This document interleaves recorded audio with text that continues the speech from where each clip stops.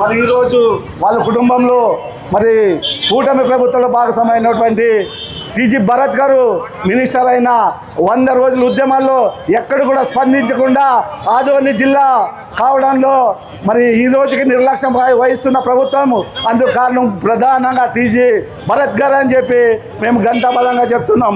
జేఏసీగా మేము ఒక వినతి పత్రం ఇచ్చకపోతే టీజీ భరత్ గారు మరి లేదు మీరు షోకింగ్ చేస్తున్నారు, బిల్డప్కి చేస్తున్నారు, ఫోటో పోజులు చేస్తున్నారు, మీరు జిల్లా ఏం అవసరమో మీకు డెవలప్మెంట్ అడగండి అంటారు. ఒక్కసారి మీ తాతలు మీ తండ్రులు అడగండి ఆదోని చరిత్ర, మీకున్నటువంటి చరిత్ర ఏమి?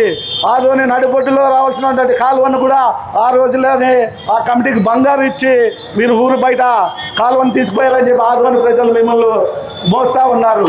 మరి అలాంటి నీచమైనటువంటి మీ యొక్క ఇల్లు మరి ఊకే పొట్టగొట్టు కోసం వచ్చినటువంటి ప్రేమ చూపడం కాదు.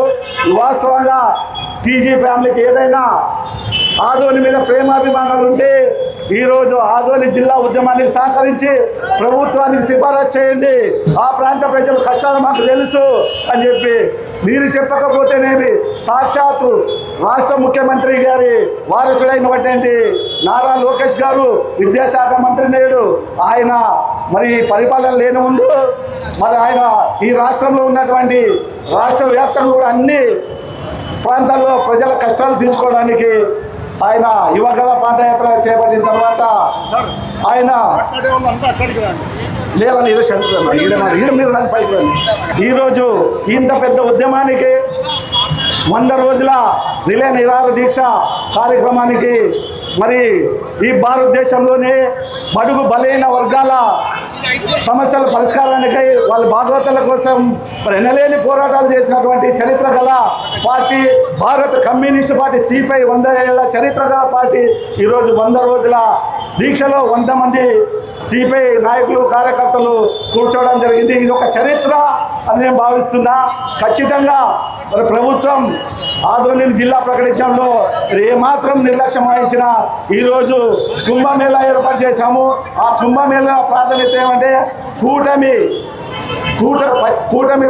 ప్రభుత్వం పశ్చిమ ప్రాంత అభివృద్ధి సాధనకై ఆదోనిని జిల్లాగా ప్రకటించకపోతే మీ కూటమి ప్రభుత్వం కుండ బద్దలు కొడతామని చెప్పి దాని మీద నినాదాలు రాయడం.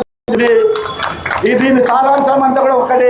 కాబట్టి మా ఆదోని జిల్లాను సాధించడంలో జేఏసీ ఎంత కృషి చేస్తుందంటే నిజంగా 100 రోజులు పని పాటలు వదిలి మాకున్నటువంటి ఎన్ని ఒత్తిళ్లున్నా కుటుంబానికి సంబంధించిన ఎన్ని కార్యక్రమాలున్నా వదులుకుని మరి ఆదోని జిల్లాకై జేఏసీ నాయకులు నిరంతరం కృషి చేస్తూ అలాగే మరి వికలాంగుడైనటువంటి వెంకటేశ్వర అయితేనేమి దశగిరి ఆరోగ్యం బాగాలేకున్నా కూడా మరి ఆసుపత్రుల్లో అడ్మిట్ అయ్యి చూపించుకుంటూ కూడా ఈ 100 రోజుల ఉద్యమాల్లో మరి అదేవిధంగా ఇంకొక సంతోషించదగ్గ విషయం ఏంటంటే మళ్ళీ మన చిన్నారోగ్యానికి సంబంధించిన భార్యాభర్తలు సుభాష్ చంద్రబోస్ గారు మరి అదే సుజ్ఞానమ్మ అక్క గారు వాళ్ళు ఎంత రోజు 100 రోజులు నాకు తెలిసి ఒక్కరోజు కూడా వాళ్ళు శిబిరంలో రాకుండా లేరు, ఒక్కరోజు కూడా మిస్ కాలేదని నేను భావిస్తున్నా.